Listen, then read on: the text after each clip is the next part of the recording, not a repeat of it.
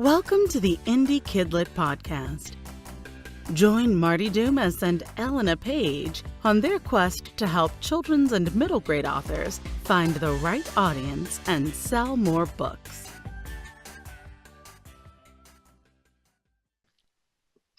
Welcome to the Indie KidLit podcast. I'm Elena Paige.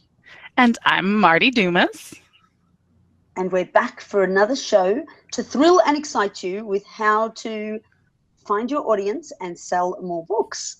And today we're very lucky to have secured an interview with Kevin Tomlinson. You may have heard his soulful voice on many a podcast. I listen to him just for the voice, not even for what he's saying half the time. I think that's because, substance is whatever. But excellent. The voice is got to have their thing. Everyone's got to have whatever it is, whatever your peacock feather arrangement is to attract. So Kevin is an author of over 25 books. I was amazed when I went on his website. I was scrolling and scrolling and scrolling. Like, how many books have you written, Kevin? He's also a podcast host, keynote speaker, and the director of marketing for Drafted Digital, which is what he's going to talk to us all about today. And of course, before he says another word, he's going to tell us, please, Kevin, about your wonderful RV adventure. Welcome to the show. Thank you for having me. I really appreciate it. I'm glad to be a part of it. I need to know, do you want, what version do you want of this? You want the encapsulated, really short version, or you want I want the version you want to tell. That's the version that I want. All right. So it's been a couple of years now since my wife wandered into my office. We had a fairly large home for this area, I guess. It was like 2,500 square feet, pretty large home. I had a studio space. I had an office. I had everything that people think they need in order to do their work. But my wife wanders in and says, I think we ought to sell the house and move into an RV, which was an idea I pitched when we first got married, like 11 years ago, that did not go over well at that time. So I was surprised. And we worked on it for a couple of years. We worked on getting the house ready to sell. We sold the house. We moved it into an apartment while we worked on getting the RV that we wanted. And this past November, 2016, November, we moved in full time. And it is now February and we've been living it full time, and we've been traveling, and it's been amazing. I mean, the goal was to travel while I write and publish, and in August of 2016 I was actually invited to be the face of Drafted Digital and head their marketing. Perfect fit for my own personal mission in life. I have a personal mission to help indie authors, and so it was just a perfect fit. And so here we are. I'm in an RV right now. It's got its ups and downs, by the way, but for the most part, it's been amazing. So we're on the road. I mean, we're loving it. So that's amazing. One of the authors, I am a part of a small press, an independent press, and one of the authors in our small press has 3 children under the age of 10, and she and her husband are having an RV adventure with their kids right now. They are traveling across America. They've taken the kids out of school for the year, and they're homeschooling them. And so then maybe you guys will cross as ships in the night. So. Keep an eye out in the RV parks for Verlin Tarleton and her family. It's funny. Karen and I, we get asked about space all the time, right? Like, are you on top of each other? That sort of thing. We don't have kids, right? We got a fairly large bus. I mean, we got a 38-foot motor coach. And, every now and then we might feel a teensy bit cramped. But I've met so many people now who have, like, a pull behind, bumper pull trailer that's, half the length of ours. And they have their 3 kids living with them in it full time. And I don't get that. Like, that's just amazing to me. So those are people who like being outdoors more than indoors. Let's just put it that way. Okay, so you have like the McMansion of RVs. Oh yeah, you should see this thing. Sweet. It's got 3 big slide outs, and then when we get to a space, we sprawl out. It's practically half the size of our original house. So yeah, that's funny and cool. That's amazing. And so I noticed one of your books was the 30-day author. Being in an RV now, are you going to update it with like the 14-day author because you can get I more might. writing done whilst you're out on the road. I might. I am you? working on something right now that is. I've decided, because I took a break from nonfiction for a couple of years actually, while I churned out some novels, and I'm kind of dipping my toes back into nonfiction now. It's not 14-day author, but it is geared towards helping authors. I'm writing a guide for copywriting for indie authors, based on my that was the biggest chunk of my writing career for, since I was like 12 years old. I mean, I made a living off of copywriting. So I'm sharing what I've learned, and I'm sharing what I've gained, the things I've learned from some of the guests on my podcast, the Wordslinger podcast, some of the other professional copywriters I've known and worked with over the years. So it's going to be an interesting book to read, but it's feeding into the same series. That 30-day author is part of my Wordslinger series. So that's my brand. And I decided I would, as part of my mission to help indie authors, I've committed myself to trying to put out, at least one book a year that is aimed at that market, probably more, but that's where we started. Do you see that in your work at Draft to Digital? Do you see the copywriting being a big gap, like a big thing that people need? Second only to cover design, I think. The biggest sort of hang up that indie authors have when it comes to marketing their work is they don't know how to position the book. And one of the things that we tend to do, we just spend all this time writing a story, right? So we want to tell that story to people. We want people to get excited about that story. But the problem is, in marketing, when you're copywriting, you're not telling the story of the book. You're telling the story of the customer's relationship with the book. So when that person buys that book, here's the experience that they're going to have. That's the story you're trying to tell when you write a book description. Okay. That's brilliant. That's probably why it's so hard for you to do your own. Yeah, it is, because we're so married to it. I do a lot of, to this day, I still write book cover descriptions for a lot of authors. I'm very exclusive about it now because I'm very expensive. But I've done Hal Elrod's Miracle Morning series. I do the descriptions for that. I'm doing some for Honorary Quarter, and a half dozen others that I, maybe I'm not supposed to name any of them. I don't know, but those are a couple. And I do it because it was a mainstay of my business for a time, but now it's just sort of keeping the saw sharp. I was like, I don't need to do it, but if I'm going to do it, I'm going to make a lot of money doing it. And the books that I write those descriptions for tend to do very well. So I'm going to just go ahead and assume that I had some role in that. We'll see. Awesome. We're looking forward to that book coming out. I do love that all your books are so strongly branded. Like, you can really tell. Oh, good. It's a Kevin Tomlinson book. Yeah, that's important. Yeah. That's and everyone makes fun of my slanted titles, but that's that's something I think brands it for me. So I tend to do that. Yeah. So tell us about Draft to Digital and what it is briefly for those that may never have heard of it. You never know. There could be a new children's middle grade author that has never heard of it. But give us tell us all about rundown. Okay, so Draft to Digital, first and foremost, it is we'll call it an aggregator site, an aggregator publisher.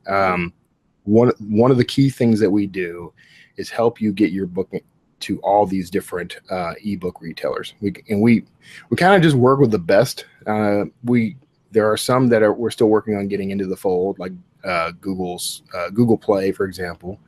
And we're striking up relationships with new vendors all the time. But so that's what we were sort of known for from the beginning. But we also are a book conversion service. And a lot of people don't think of this, but we'll take your manuscript and automatically convert it for you into a very clean, very cool ebook. And there's no charge for that service. You can even use us and then take it and go direct to Amazon or Kobo or anyone else you want. Yeah, you don't even have to use us for distribution. And we build it that way. Everything we build, we go out of our way to never charge the authors directly. Our service, our distribution service, the only way we make any money at all is if you sell books, we take a percentage of the royalty, which means that we have a very strong vested interest in making sure your books sell. And we do help with promotions when we can. We have some very special vendor relationships, so we get an opportunity to kind of nudge things in the promotion arena every now and then. It's not a guarantee, so it's not like a feature we typically just push out there. But when they come up, we root for our authors. And we just passed the 30,000 mark, so we've got 30,000 authors. That gives us quite a bit of pull with even companies like Amazon and Barnes and Noble and Kobo. I mean, they like working with us because we take care of all the overhead. So our job is to make it easier for the author to publish and distribute. We have a built-in service that I love, where we can actually insert the in matter and front matter for your book.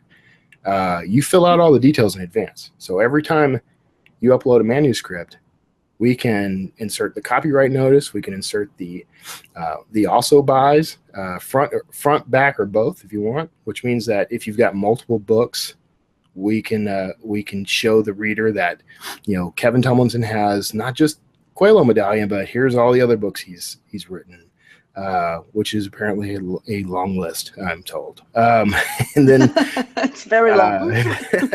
But we can also help push your next book. And this is particularly useful, I think, for people who write it in series. But you can actually have a call to action and a little promotion in the back of your book for the next book in the series, or for any other book. It doesn't have to be the next in your series. It could be any other book you choose. So all those tools, we're constantly developing, we're constantly updating them, and it's all geared around making life much easier for the author. We want you to be able to write, which is all any author really wants, right? Most authors don't want to do marketing. They don't want to do formatting. Some do. Some love it, but most don't.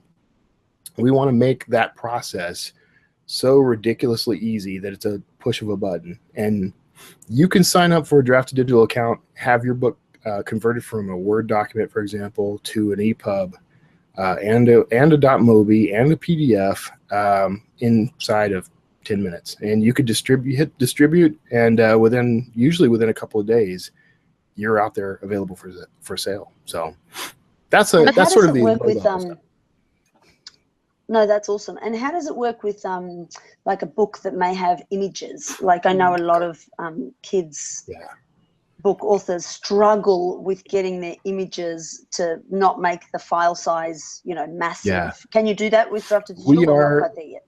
Yeah, we're okay. So this is not just a Draft to Digital problem to solve, but a industry problem to solve. Because traditionally images and tables and anything that sort of breaks the text at all are very, very difficult to handle. Largely because people can resize the book. That's what ebooks are good for. If I happen to have a very strong prescription and I want my text to be bigger, I can make that text bigger.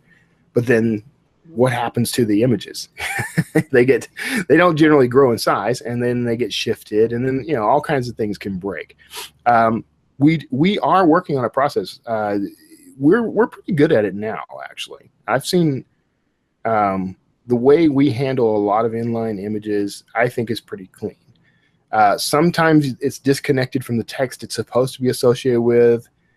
But the great news is if you contact our customer service and say, my figure 12 that's supposed to go with this paragraph is on 3 pages later, we'll fix it.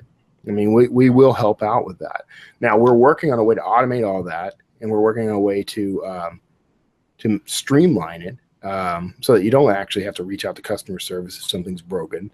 That stuff's all in progress. It's part of our kind of constant update, and we're getting there. So that's really cool, and that's actually a really good thing to know, because a lot of children's book authors and some middle grade authors, there's this section that's called, like, that's kind of in the middle of the two, where you're thinking chapter books, right? So then they're not quite middle grade, and also they're a little bit bigger than picture books, which might be fine with like a fixed image that has large text on it that can be more easily messed around with in an EPUB file. But the ones that do have a lot of images that go with also a lot of text, both, right? Having both a lot of images and a lot of text, there's not a really good format for that. So it's good to hear that you guys are working on it. That's number one. That's cool. And then number two is that I had no idea that you could email you guys and say, hey, mine looks weird. Can I get let me tell you, that's something I want to emphasize too, because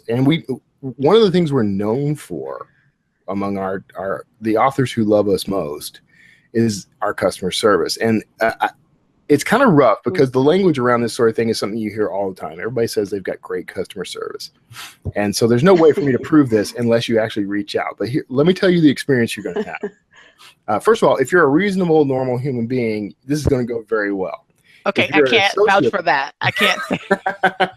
Well, we've had a few folks, unfortunately, and we love every author who comes to us, but there are a couple people who don't understand that there are rules we have to play by, like taxes and things like that. So sometimes we have those dust-ups. However, for the most part, not for the most part, if you reach out to customer service 100% of the time, you will get an actual live human being. You might get an autoresponder at first just to say we got the email or something, and as soon as someone's available, we'll be in touch. Okay, that might happen. Right now, I don't think that does happen, but it might happen. But you will get an actual, live breathing human who understands what you're going through and understands the industry and understands all the rules and understands how to help you. And if there's for some reason we cannot help you, first, we're going to try everything we can to make sure we can help you. But if for some reason we can't help you, we'll let you know, and we'll tell you all the alternatives we've discovered, everything that you need to know in order to make your life a little better. And sometimes the answer is distributing ebooks isn't for you. I mean, that happens. There are certain formats that don't work well in ebooks. Coloring books don't work well as ebooks. I mean, that sort of thing is going to happen, right? But we'll go out of our way to make sure we're helping you out as much as possible. The fact that you get actual humans is that blew my mind. Yeah, that's huge. That's amazing. That was one of the things I love. I tell people this all the time in interviews, but before these guys invited me to come on board, I was already a huge fan of the company. Okay, I was already pimping them to everyone I could, which is why they liked me. They heard me talking about them on podcasts.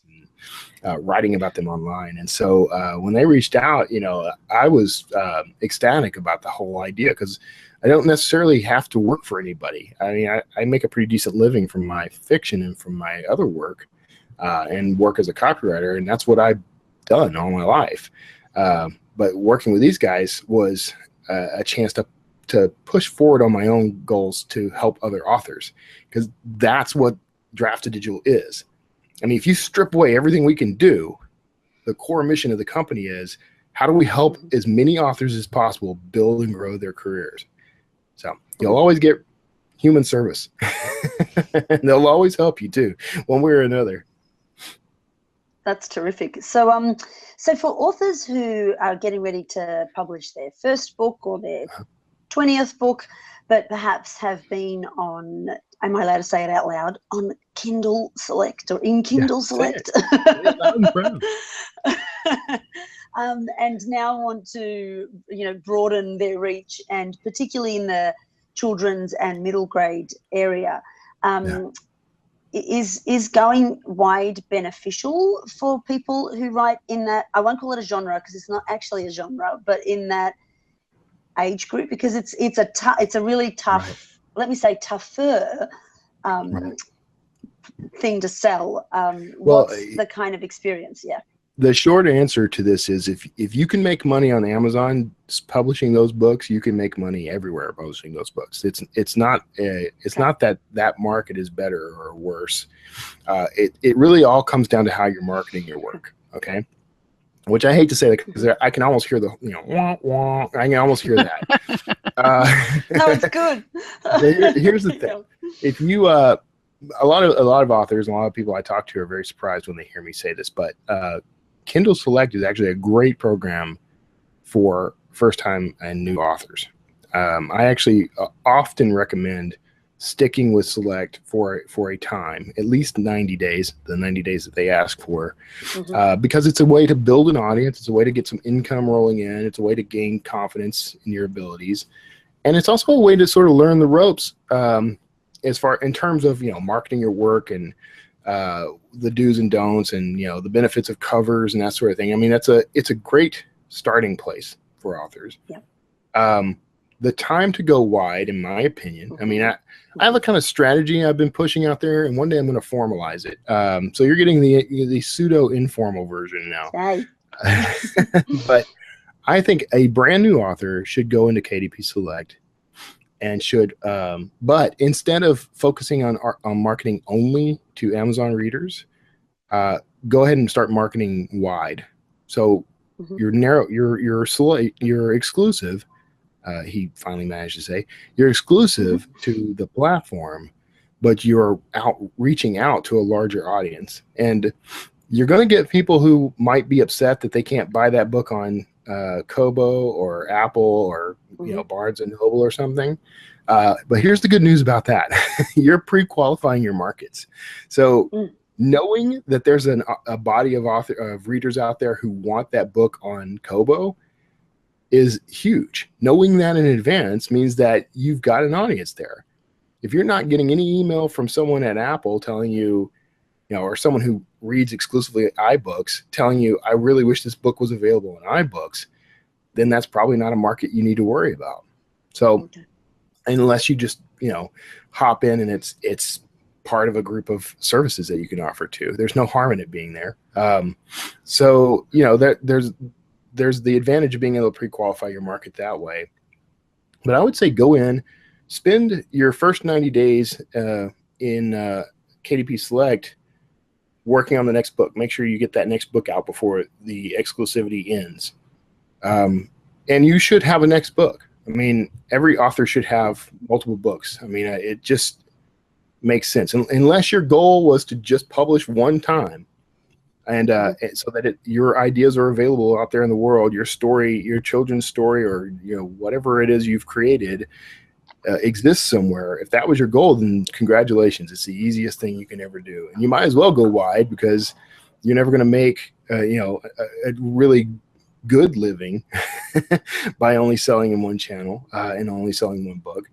So you might as well go wide at that point. But if your goal is to build this as a business, I would leverage the advantages that KDP Select offers in that once your book is in there and you're getting paid by page reads and you're building an audience, that's a pretty cool platform to start from. And then leverage that as you create the next book. And I would put the first 3 books exclusively in KDP Select. But then I would start with about the 3rd book. I would create a pre-order on all the other platforms. And start hitting your list and hitting social media saying, this was once exclusive to Amazon, but it's going to be available on all platforms on, May 1st, or whatever. And then you've got the momentum of the 3 books already at that point. Once you kind of announce that there's a pre-order, you can gauge interest. If no one's interested, then stick around. Or go ahead and release it, follow through on your commitments, but, release that one book wide and keep the other 2 in KDP Select for a while until you start getting people who are asking for it. So that's the way I would do it. I would always keep my marketing aimed at a wide audience because, and we'll talk about universal book links whenever you guys are ready, but I would go for it. I was gonna cut in and ask that. I'm trying to imagine how this would work, and your universal book link sounds like the only way to really be able to do that. Yeah. So here's the way this works. Universal book links, and we call them UBLs. Essentially, what it is you can drop in you can cut and paste a link from anywhere, Amazon, Barnes and Noble, wherever, wherever that book is available, you can drop it in on books2read.com, and it'll create a universal book link. And that link allows the reader to click on just one link, and then they'll see an entire selection of every store where that book is available. We go out and we crawl the internet, and anywhere that book is available for sale, we'll add it. We'll add that storefront. If you don't find a storefront, you can cut and paste the link from that storefront into there, and it'll get added. And then you can reach out to us and say, hey, I don't know, Books for Everyone it has my book, but it's not at one of your stores, right? So, by the way, I'm going to register Books for Everyone right after this call. But if you've got, a brand new store no one's heard of yet, you can add it right away, and you can alert us, and we'll add it to the service. So it's constantly allowing you to make your book readily available to any reader. Now, the advantage of doing that as an Amazon exclusive author, first of all, later when you go wide, you don't have to change any links. Okay, every reader that clicked on that link, they'll generally they'll choose their preferred store. So if they prefer to read you on Amazon, they'll say Amazon's my preferred store, and then from that point on, when they click your UBL or anyone else's UBL, it'll go straight to Amazon. It won't even ask them anymore. They can change. So then it doesn't matter if they clicked on one of your universal book links at some point in the past and they selected that they would like it to be from Amazon or wherever, right? Then when they clicked on mine, they wouldn't need to reselect that. It would automatically direct them there, or do they need to reselect it when they get mine? No, it would when they get to yours. If they've bought one of my books, and they clicked on that link and they went to Kobo, and then they come to you and click on your link. If your book's available on Kobo, it just goes straight to the product page, so they can click buy. Think how huge that is. That's huge. The process there is eliminate as many links as possible, right? Yeah. We want to eliminate as many clicks as possible between the reader and buying your book. And you just eliminate a ton just by doing it that way. No landing pages for you to have to worry about. No, if you've used that link in ads or given it to bloggers or anyone else and something changed, you don't have to go find all those links and update them. Everything gets updated. You can log in every time your book goes into a new store. You can log in and update the link, and it'll update everywhere. Now, you can do these. All this is free, and it always will be free. You can register or not register. You don't even have to be a customer, okay? So the advantages of signing up for an account, however, you can, if you're a draft-to-digital author, you can log in with those credentials already. If you don't want to do that, you can sign up for a Books to Read account and sign in. And the advantage is you get data, which is valuable for everyone. So you can see which stores people are buying your book from, which will allow you to do things like, target advertising better. Just knowing where your books are being bought the most gives you an advantage and gives you something to leverage when you're doing your marketing. You can see total clicks. There's a bunch of data that you can get out of this, and we're going to be upgrading that data as we go as well. But you can also do something that I love, and I use this all the time. You can create custom URLs. So it would be, instead of books to read /XKY4Z92, it'll be books2read.com/Quello Medallion /Citadel /whatever. I'm totally pimping my books right now. That's the way it's meant to be. It's how the world works. Good. Let me do this 25 more times. But so now you not only get the data, but you get a memorable URL, and you can create multiple URLs for the same book, so you're not limited, right? Now, here's where that's useful. Let's say you're doing Facebook ads, for example, and you want to test which headlines and taglines are working best, okay? You can use a different UBL for every ad you put out there, and then just delete the ads that aren't converting, the ones that aren't working. But you get to see that data. You get that data from Facebook anyway, but you can see it at a glance on that books to read dashboard, and that's really helpful. So, there's all kinds of ways to do this. It doesn't have to be your books either. I mean, if you're a blogger or a podcaster and you want to make some affiliate income, you can associate affiliate accounts from Amazon, from Barnes & Noble, from Google, even from Smashwords. You can put your Smashwords affiliate account in here. And Smashwords, that was my next question. Could you see it? For anyone who doesn't know, Smashwords is theoretically our competitor. We don't really see that we have competitors. There are other people in the same space. Okay. Absolutely. There's so much room for everyone. There's room in the world for everyone. Right. And Smashwords did a fantastic job of opening up a market that we now get to live in. Okay. So we're actually very grateful to them. But the irony, though, of being able to offer Smashwords affiliate links in our links is pretty cool. So you can actually use this as a revenue source if you are an author or blogger or whatever. You can put these links out there. I put these links in my books, my nonfiction books, because they're easy to remember. When I do the custom URL, it's easy for the reader to remember it if they're not able to click on it right away.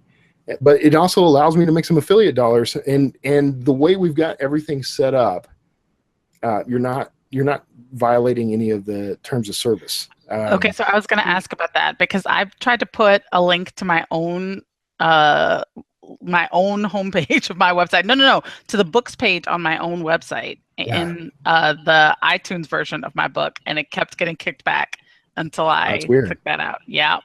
But I think it's because I had links on that page. I'm guessing. I don't know. You can tell me better. Because I had links to Amazon and other retailers on that page, but it wasn't just Amazon on the page. So I don't know what the dealio was. But if they don't kick back yours, then that's a good thing to know.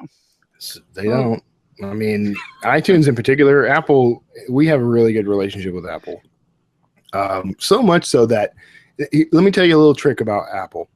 Apple they do go to your website, to your social media, to all the places that represent you, and look to see if you're pushing their work. And they're also looking to see if you're giving them any sort of priority. So a tip. I noticed that. Sorry to interrupt, but I noticed that on your website, it's the first thing that popped at me. Yeah.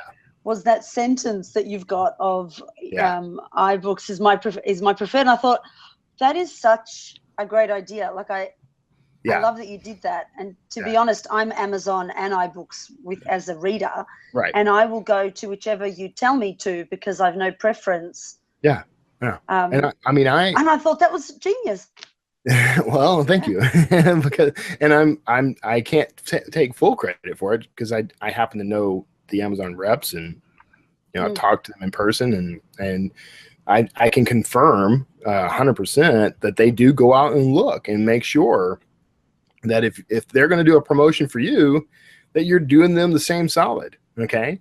So it's kind of the iBook reps. The iBook reps. Yeah. Now, which is not to say there's nothing wrong with, okay. For example, Kobo is probably one of my favorite book vendors on the planet.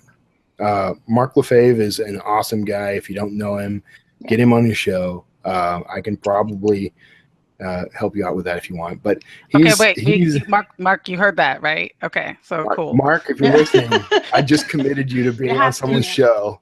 Now you have to do it because Kevin just committed he's an amazing guy, though. Okay. Now here's the thing about Kobo and Draft to Digital. Kobo is one of our vendors, but they have their own program. Okay, so they're much more interested in getting people to go direct. That does not bother us. Okay, it doesn't bother us. Now, there are some advantages to going direct to certain vendors. They might be one of them. One of the advantages is you don't have to split your royalties, right? The disadvantage, let me rephrase that. Let me make this more positive. The advantage of going with Draft to Digital for these guys is we're all about making this easy. So we have this beautiful dashboard, okay, where you can log in and see all your sales for every book. There's all sorts of ways to sort that information and filter it. You can, if you can go back in time and look at previous sales. So if you want to kind of find the scope of how a book's doing, especially if you've got a lot of books. And I do this a lot. If you want to see how a particular book is stacking up in various storefronts, so you get to compare all that data in one place. You can't do that if it's, you know, if it's exclusive to 5 stores and you've only used us for 1, you know, but you do get that advantage. And the other advantage, of course, is that we pay every month. If you've got money in your account, you get it each month. Now, that the limitation there is we have to wait for the money to come to us. So it may still be 90 days out, but as soon as we got money in the account, 1st and 15th, you get a check. So we don't hold that money any longer than we have to. So advantages and disadvantages of using us over going exclusive. But I know that the big question is, you know, should we or shouldn't we go wide? And my answer, of course, is going to be that you should. But let me justify that answer, and you can judge for yourself whether you think this is right. I do believe in exclusivity when you start, okay? Just like we talked about in that strategy. I think that if you've only got 1, 2, or 3 books, your best plan is to stay exclusive and start building up the core of your platform.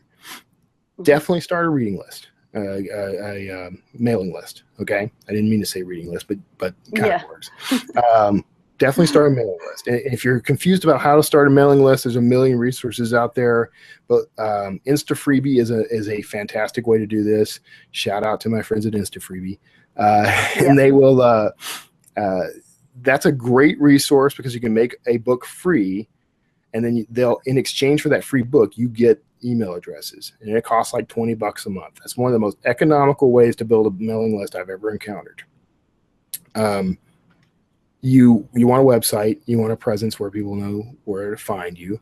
But if you're doing these things and building up your platform, you also want to focus on advertising wide, marketing wide, even if you're exclusive, so that when you're ready to go wide, you don't have to start from zero, which is the problem that a lot of authors have. If you pay attention, if you listen, if you go on K-boards, if you go on any of the forums, the big argument against going wide is that you're sacrificing income, okay? So I say use the 80-20 rule, and if you don't know what this is, look it up. But the short that was super helpful.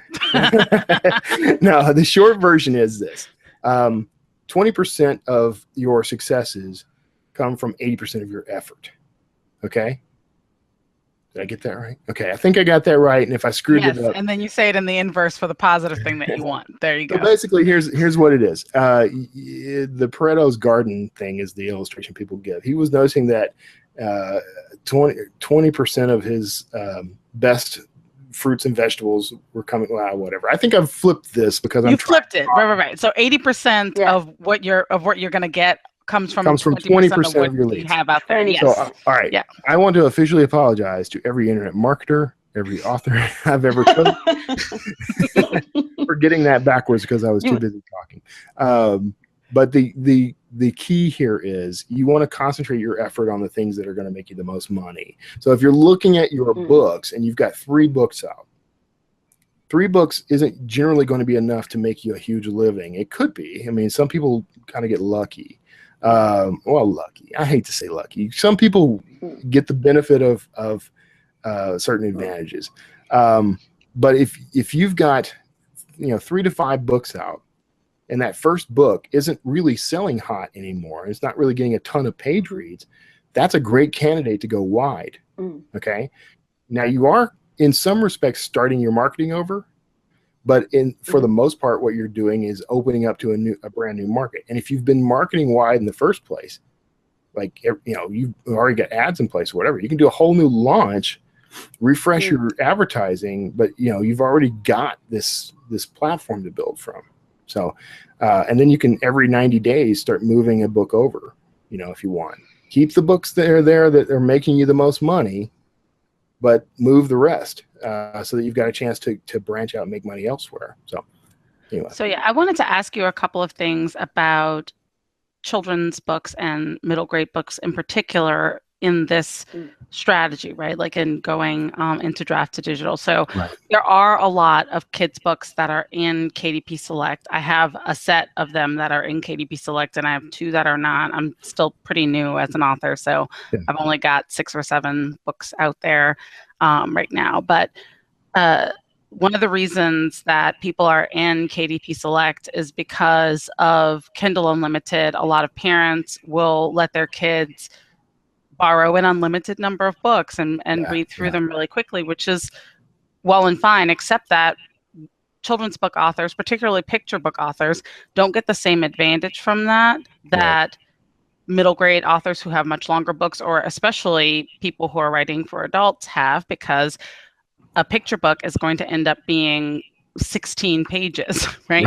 So then even if 1,000 people have borrowed and read your book to completion, you're not going to nearly be competing with the number of page reads that someone who is writing books for older people can get, even though obviously having a fully illustrated book is a lot of investment. It's not just a little throwaway thing. It's a ton of time and a ton of money up front.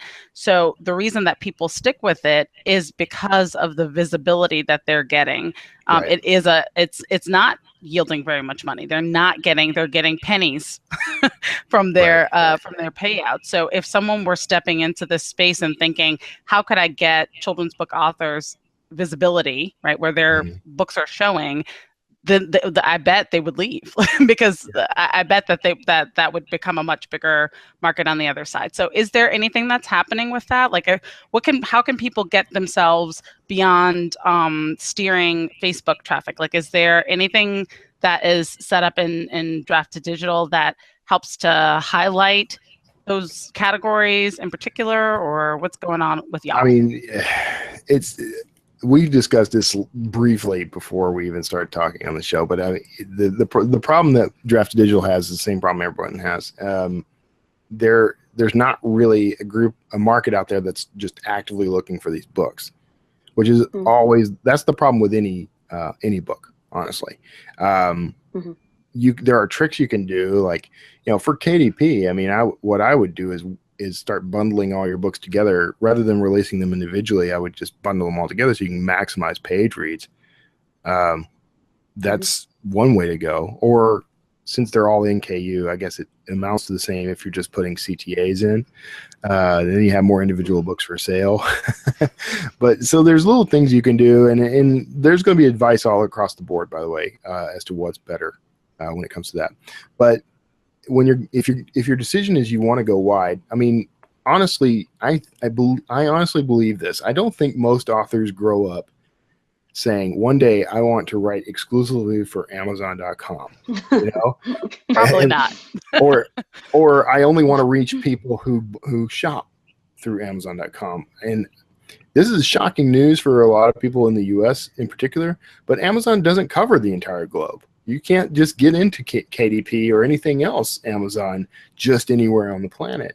So if your goal is to get out there and reach as many readers as possible, and I happen to personally believe that is every author's goal, especially authors who are writing for children. I mean, come on, if you're writing for kids, your focus and your energy is on shaping lives, right?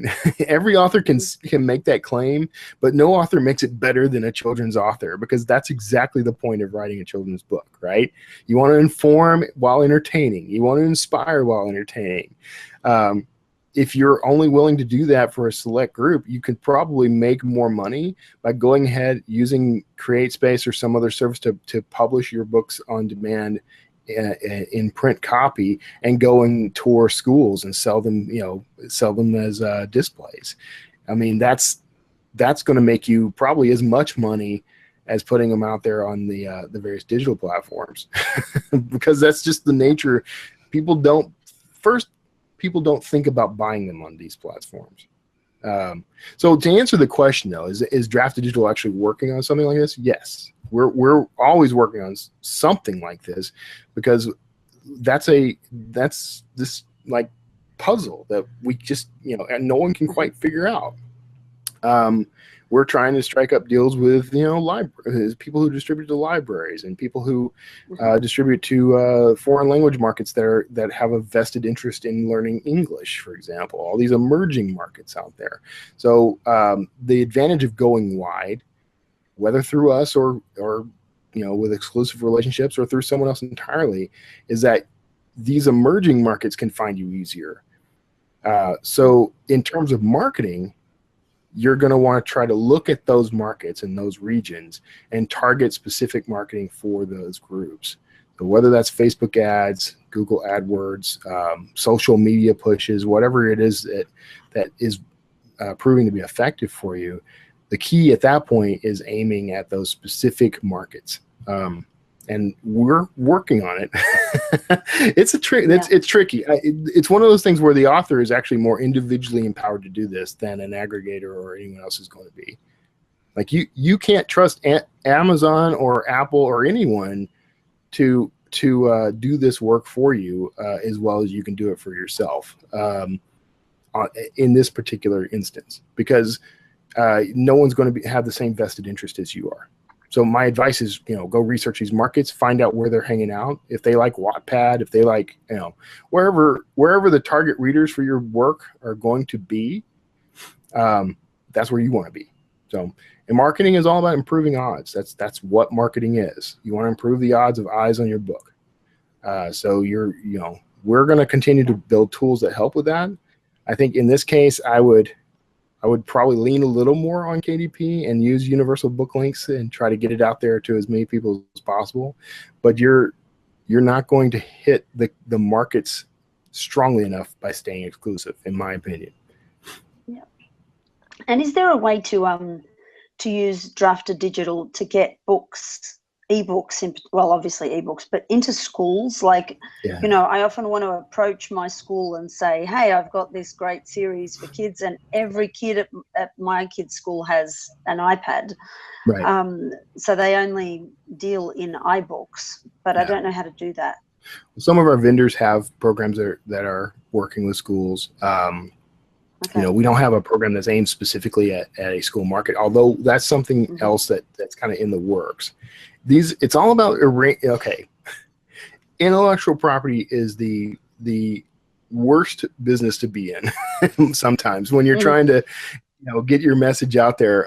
Sometimes it can be very difficult just because of the nature of IP law, because for starters, it's different with every country. Okay. As far as reaching out to schools, one of the tricky things is, you know, the schools are going to want to know that everything's vetted, right?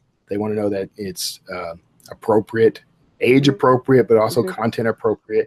And I think some of the services we're actually actively becoming involved with, one in particular that I can't even announce. I wish I could, because I think it would solve a lot of this. But one group in particular that we are forming a relationship with is going to help with our, you know, push into libraries and other, you know, other aspects of the content that we're trying to get out there.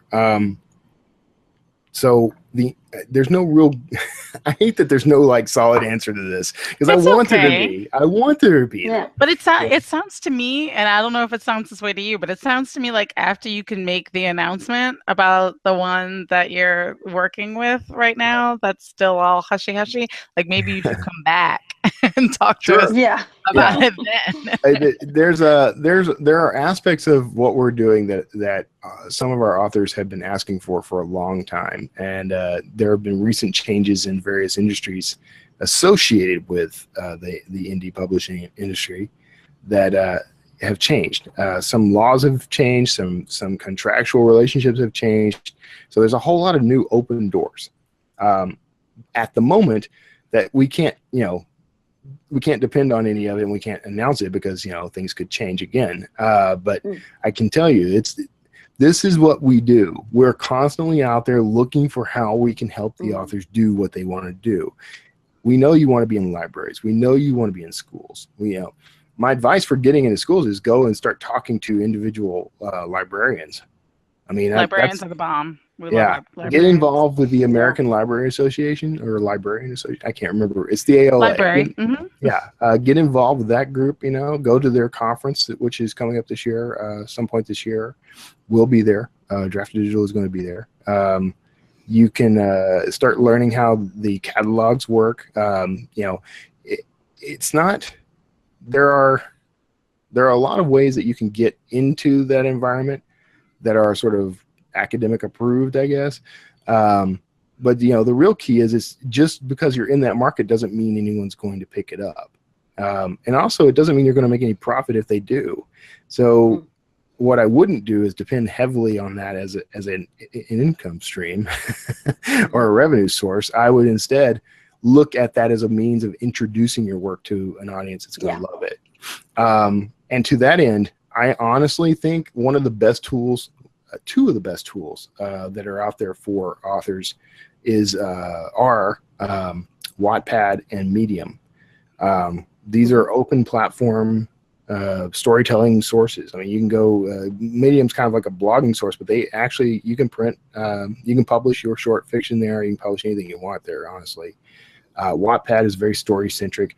You're going to put that work up there for free, but it's a great way to start introducing yourself to people who are eventually going to be the people shelling out money for books. And if they met you through Wattpad, for example, when they're at a point where they're ready to buy their own work and you're out selling, they're going to be much more likely to give you their money. So absolutely, I would start. Those are two avenues that I would explore heavily. My 11-year-old is obsessed with Wattpad. Yeah, she writes her stories on there, but she reads obsessively on Wattpad. She absolutely. But isn't that awesome though? Like that. Yeah. Do you know the number of people I might have willingly stabbed when I was that age if you had given me a platform like Wattpad? Because I was writing all the time as a kid, but no one ever knew, and no one knew. I still, to this day, I went to a reunion for my church. We all kind of split up back 20 years ago or whatever, but they had this big reunion, and my wife and I went, and everyone there has been following me on Facebook for a while now, and so they know I'm an author. But I'm talking to the pastor's wife, and she says, when you were a kid, I never would have guessed in a million years that you were going to be an author. She says, no offense, but I just didn't think you had it in you. And like, great. I wasn't offended. I thought I was a nice, sweet, naive kid, but it never would have occurred to her that I'd be writing books for a living. So, having a tool and a resource like Wattpad is just incredible. I know I'm pimping them now, but I mean, I love Wattpad. I've been releasing chapters of my YA fiction on Wattpad a bit at a time, and the results have been pretty cool. The readership is dedicated. They will help spread the word. You can ask them for reviews, and they'll go once you kind of build up your following there, they may not be the people who buy your book, but you can leverage that group to find the people who will. If you can get, I have a good friend of mine who has 40,000 followers on Wattpad, and he's like, what do I do with this? And I'm like, well, here's one thing. I would definitely get those guys to go review your books as they're released on Amazon and elsewhere. Get them to go write reviews and rate you as highly as possible, because they've read the work, right? So it's all legitimate. You're not paying anybody. You're not, there's no cheating going on here. You're asking this audience of 40,000 people to go review your book. If you release a book and within the first month it gets 40,000 reviews, I promise you Amazon's going to take care of you. And they're going to promote you, and you're going to start making some money. I promise you that's going to be the case. I don't know anyone who has 40,000 reviews. But anyway, the point there is sometimes we don't think about marketing in the right light. We think it's all A to B, and sometimes there's more of a zigzag pattern going on. So you need to start thinking in terms of, especially with the kind of work you guys are talking about. When you're writing for children in middle grade, these are tough markets. I mean, they're really tough markets, and you have to be able to tap into whatever resources you can to get enthusiasm going. And part of the problem is that the kids themselves are generally not the ones spending the money on the books. So you have to figure out how to excite the kid while also enticing the adult to buy the book for them. So it's like marketing to two audiences at the same time. I don't envy you on this, by the way. Yeah, I did. I did hear the other day that there's the nagability of children nagging their parents to buy them a book is increasing. So those stats are going up. So we, in some ways we now even more so have to target them both. We have to communicate to them both. Read a book called Influence. I forget the author's name right now, and I'm very sorry, but look for the book Influence. I listened to it on audio. I have a Vespa that I drive around when I need to get out of the RV for a while. But that book actually is a study of influence. I mean, it's a study of how we are influenced to make our decisions, including buying decisions. He tells a story in there that I consider kind of apocryphal. It's he's talking about how one year there was an advertisement for this like Matchbox car racetrack, and his kid got really excited about it, and so he promised him he'd get it for Christmas. And then when it came time for him to buy it, the thing was sold out. Okay, so he got him another toy, and then promised that after Christmas, as soon as it was available, he'd get that. Now consider what just happened. That product wasn't available when he went to buy it, although it was still being heavily advertised to where that kid's going to pay attention to it. So there's the constant reminder of this toy that he wants. Christmas Day, to keep his kid from getting disappointed, he went and bought a whole other toy. And then after Christmas, went and bought the racetrack because he'd already promised his kid he would get it, and he had to fulfill his promise. If you think that was an accident, you are wrong. So, and the lesson we can learn from that is, we want to be able to get these kids excited about the work, even though they're not the ones who are going to pay for it. You want to get them talking about it and really hyped up about it. And one way to do that is to build what Ken Blanchard calls raving fans on a platform where they will pay attention to you, like Wattpad. Draft2 Digital doesn't have a resource for that yet, and I'm sure we will have something. But the key for us is to make it as easy as possible for whoever's going to make the buying decision to make that purchase. So publish on Wattpad and build your platform. And then when you're making books available outside of that, use a universal book link and get and distribute it through us. And then those kids will say, look, this book that's the sequel to the one I just read on Wattpad is available for $2.99. Will you buy it for me? And I'm going to say that probably 90% of parents in the world, if their kid comes to them begging and crying for a book, they're probably going to buy that book. It's not it's a $2.99 investment in something that makes their kid happy. Who's not going to do that? Absolutely. Yeah, absolutely. So one of the things that I think that you really highlighted for me, Elena and I really use this as kind of like a personal workshopping thing where we're trying to figure out what are the jewels that we're taking away from people, like the gems that we can really use in our own practice. And that was for me a really good reminder that this is a long-term game. And so then having my daughter, for example, who is 11, doesn't always have her own pocket money, but sometimes she does, right? But the people that she's reading on Wattpad in 3 or 4 years, she will. And she will be able to make her own purchases. She'll start to think and they will have her loyalty and her brand recognition when she sees them in a bookstore or like goes to directly seek them out online so that she can get their content. So if we're not looking to just like pop in and pop out, then that's a good thing.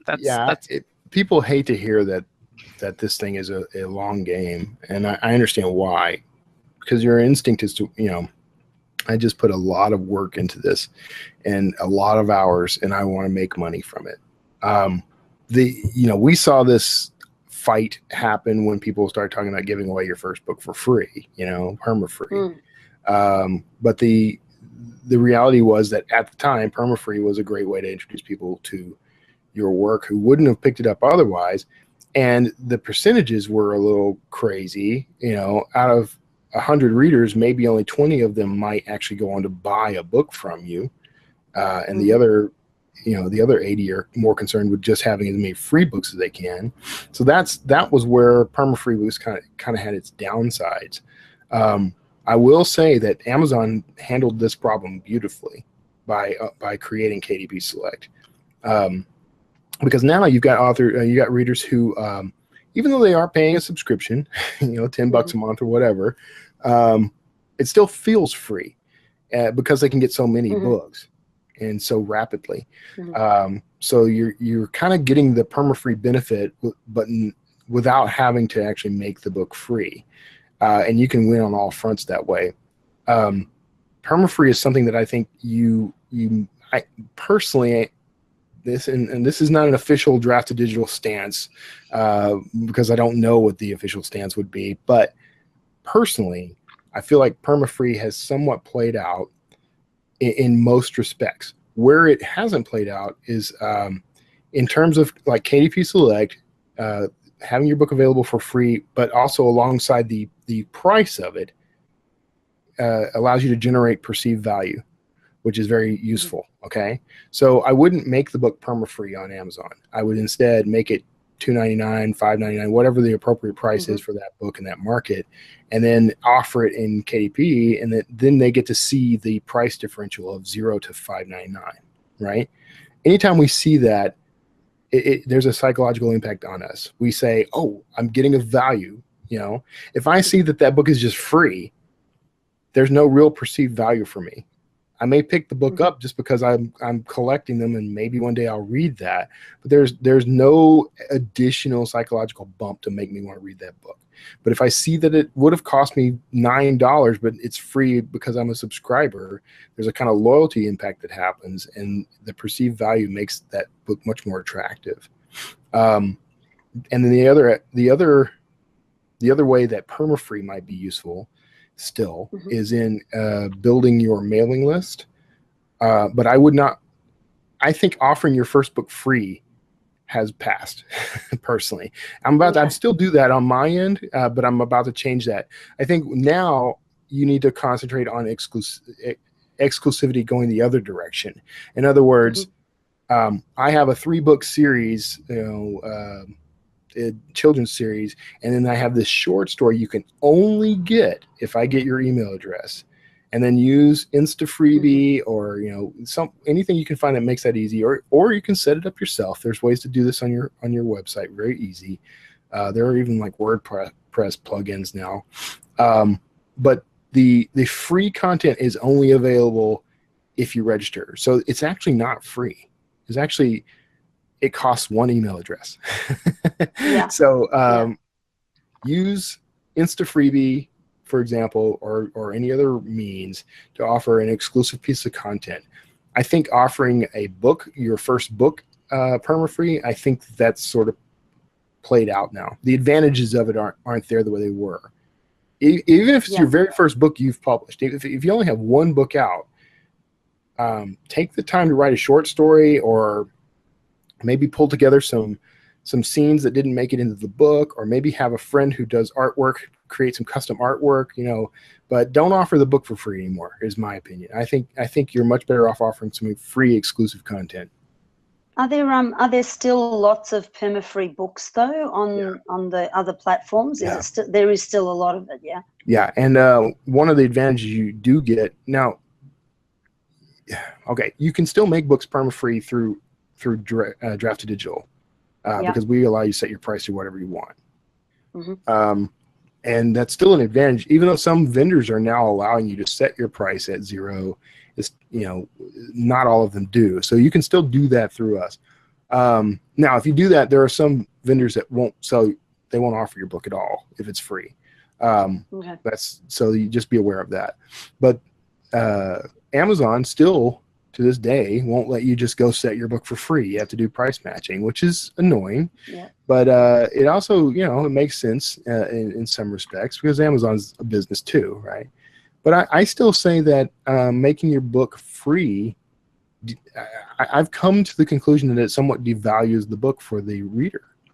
And I don't want marketing. One of the things about marketing that people don't think about is it is a game of psychology.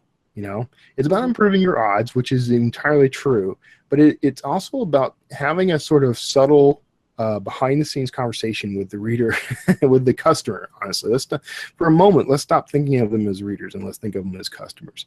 Okay, I'm a business and I'm selling a product to a customer. I have a relationship with that customer. Walmart doesn't give away free deodorant You know, Walmart doesn't give away free mouthwash, you know. I mean, they might give samples away though. Okay. If you go into Costco or Sam's Club or something like that, you can actually go try something out for free, but you're not getting the whole product for free. But we give the whole product away. Now, if you've only got one book, there's several reasons why that's problematic, because there's nowhere else for the reader to go. Okay. So my advice on permafree is create something else, whatever it is, and you'd be surprised what people will sign up for. Okay. But whatever you produce, make sure that the next step for that reader is go buy my book. And you can price the book down to make it an affordable, low risk purchase. But I would only do that. I think I would only do that if you've got a second book. So I would offer a freebie for your email address. I would pitch the other book as a CTA, or once they're on the list, pitch it, you know, whatever. And then from the back of that first book, I would pitch the next book, which is going to be slightly more expensive.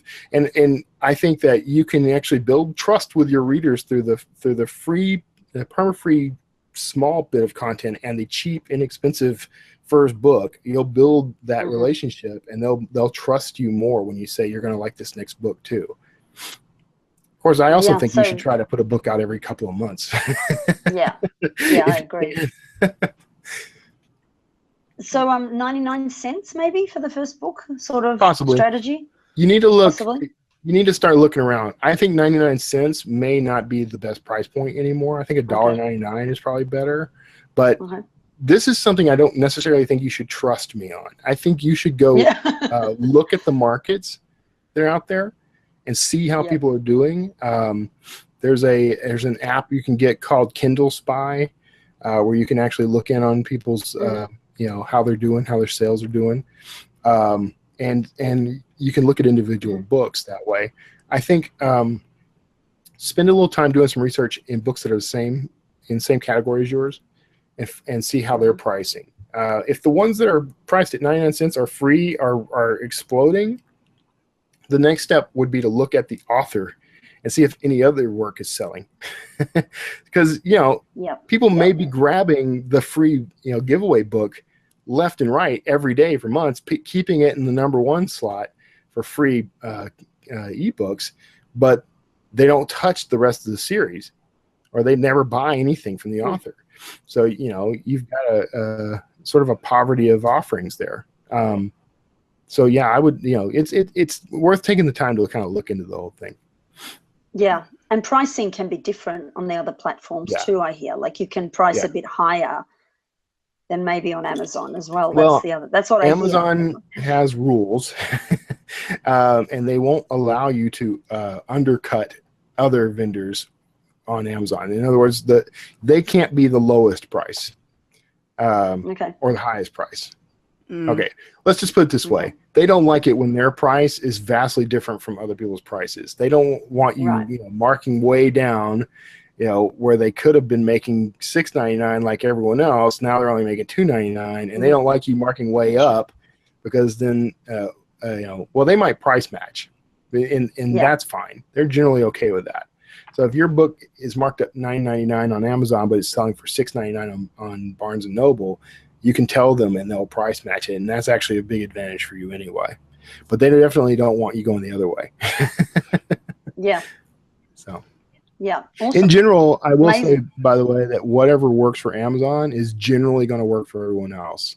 The thing about Amazon that's different than Apple iBooks, Kobo, Barnes & Noble, than any other ebook vendor is Amazon is actually in the data business. It's not necessarily about selling you product. It's about knowing you. And because of that, they lead the industry.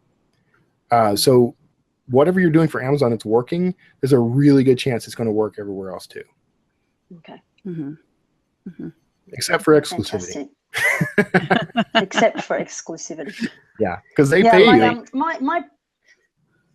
My probably one take on the permafree though is as kids book authors, we still make the majority of our money through paperbacks.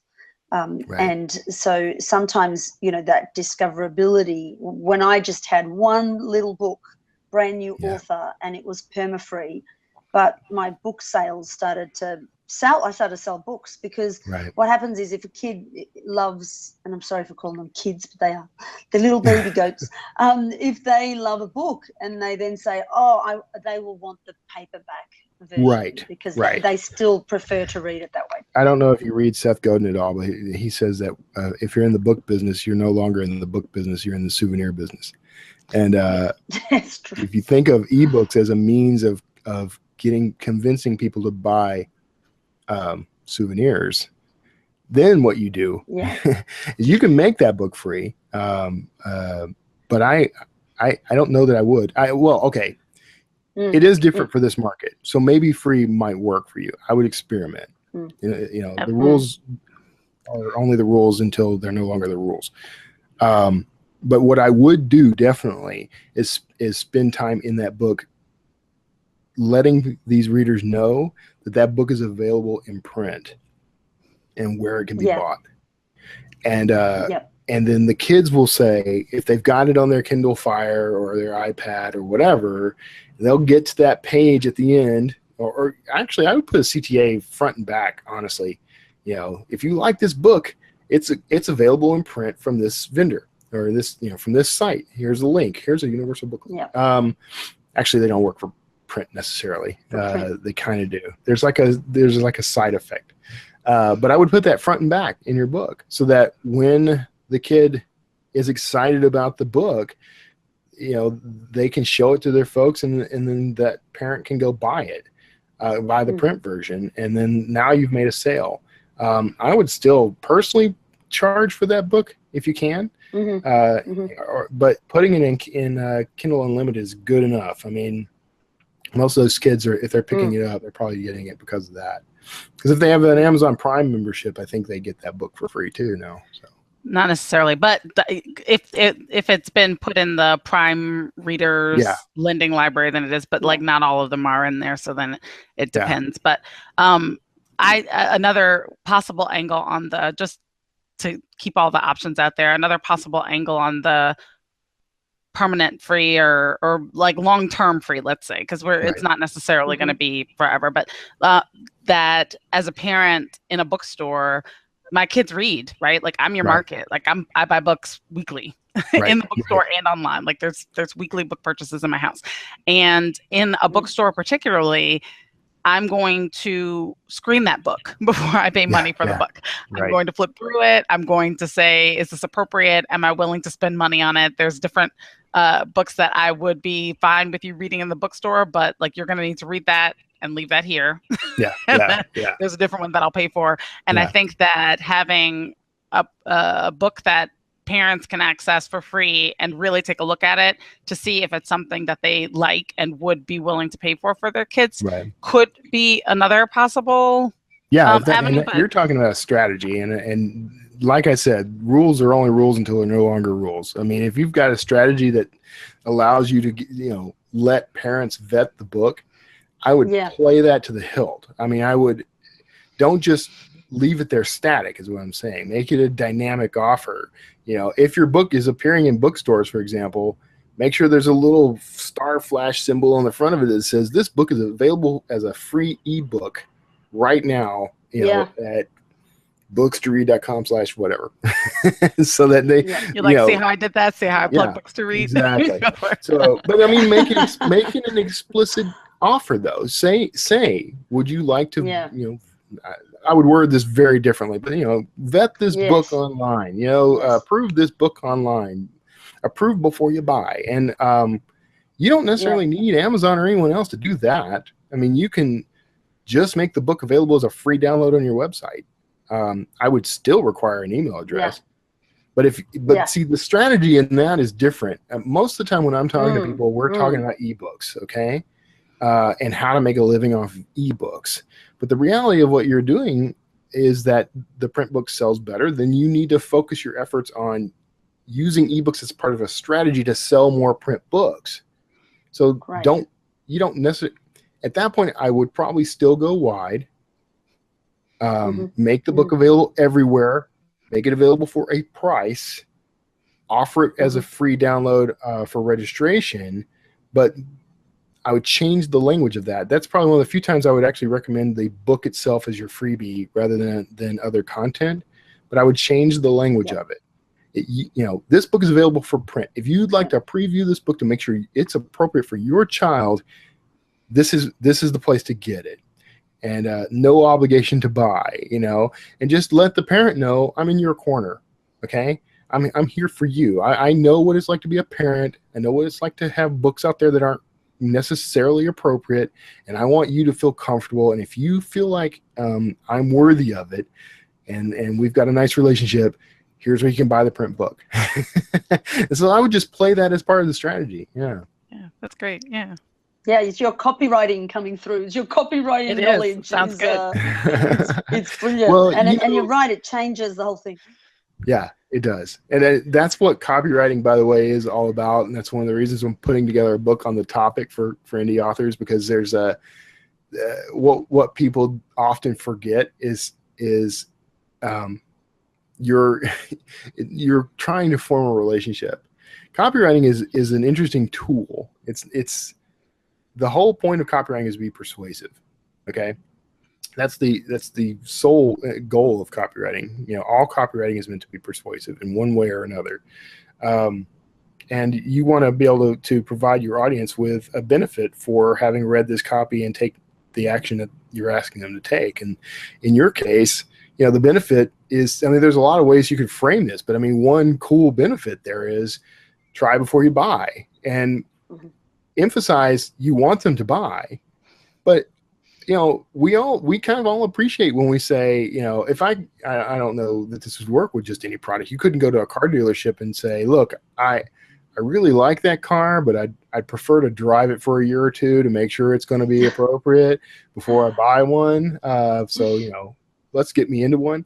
That's not going to work for just any product, but for intellectual property, it can, especially when it's, you're trying to hit two different markets, and that's a way to hit that secondary market.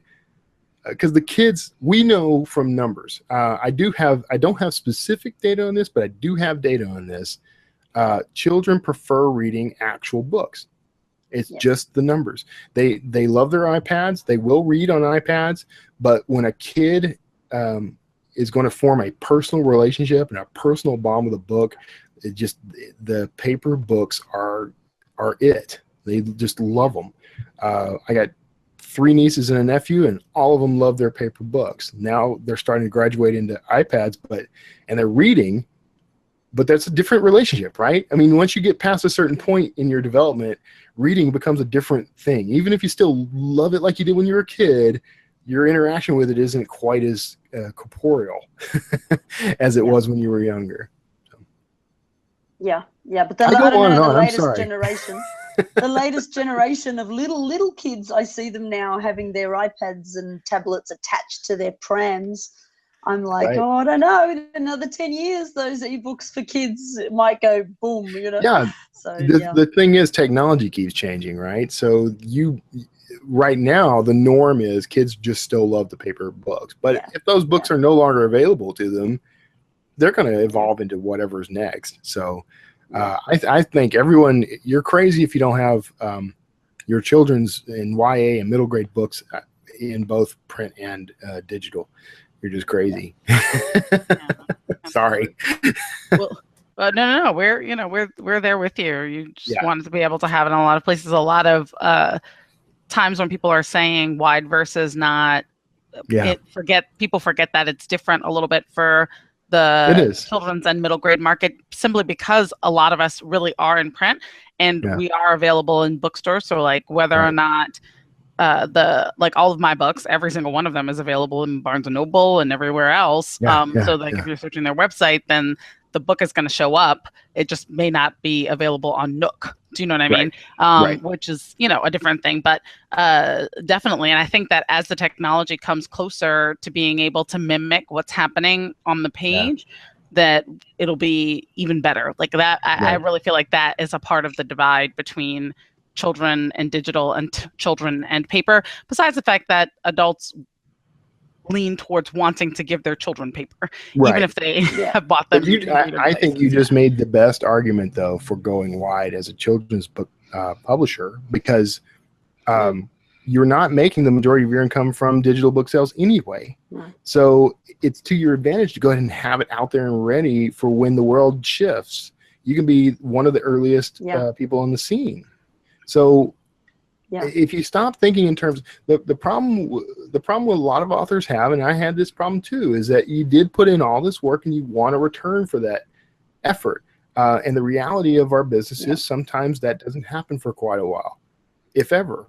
You know, even I don't write children's books. I do write some YA fiction, but I mean, I don't write children's books.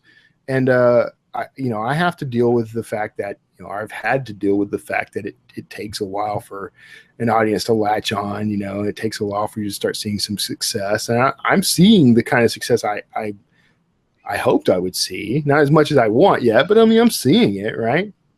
But it didn't happen overnight. It didn't happen over a year or 2 years. I mean, it took like 10 years to get to the point where I am now. The thing is, authors want it and they want it right now, and I get that. But if you stop thinking that way and start thinking in terms of, focus on what's selling best. If your Kindle books are selling better than anything else, then concentrate your effort on Kindle. But if print is selling better, there's no point in not being wide. Don't spend all your energy trying to boost your Kindle sales or boost your Nook sales. Spend all your energy on the thing that's making you the most money, but make the book available later so that when people do discover it, or when the universe does tilt on its axis, you're already positioned to grow and explode. Yeah, that's really great advice. That discoverability. Yeah. That's a tough thing, discoverability. I will literally talk until we all three die, by the way. I was about to say, we've just about hit our time. Done.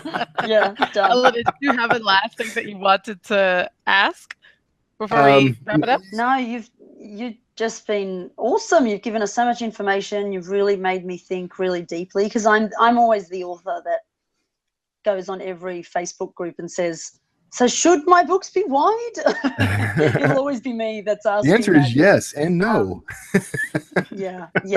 But I started wide and then I went into select. But now I just feel that going back wide and staying is becoming the right thing for me because of that. Getting more eyeballs on those ebooks, because then more parents are likely to buy them in paperback, and that's kind of the strategy that I want to play. And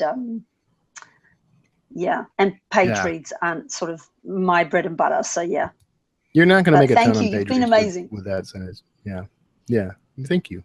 I appreciate that. Yeah, it's been a ton of fun, and I'm totally serious that whenever the surprising connection that you can't talk about right now, but that has some vague allusion to school markets. Well, there's a connection there. Yeah, it actually is in a whole different direction, but because of that, it's so hard to explain. It's not a direct to school release thing. Okay, don't get that in your head. No, it's not. Okay, but you'll come back and you'll talk with us about it, and we'll be very excited. I'll come back anytime you want. Yeah, that's great. Well, thank you so much. Is there a place that you would like for people to go and check out your stuff? Of course, you need to go to draft2digital.com, draft2digital.com. That's where you'll learn all the really cool, useful stuff for you as an author. Check that out. Books2read.com, same thing. Check that out. For me, if you want to learn a little bit more about my work, you can go to kevintomlinson.com, and you'll find podcasts. You'll find a defunct blog that hasn't been touched in forever because I'm on Medium now. I need to do an update there. But short stories and links to books and everything you could possibly want to know about a word slinger is right there. Yeah, and no, it's a great website. I thought when I landed on it that I was on Amazon because the books just kept going.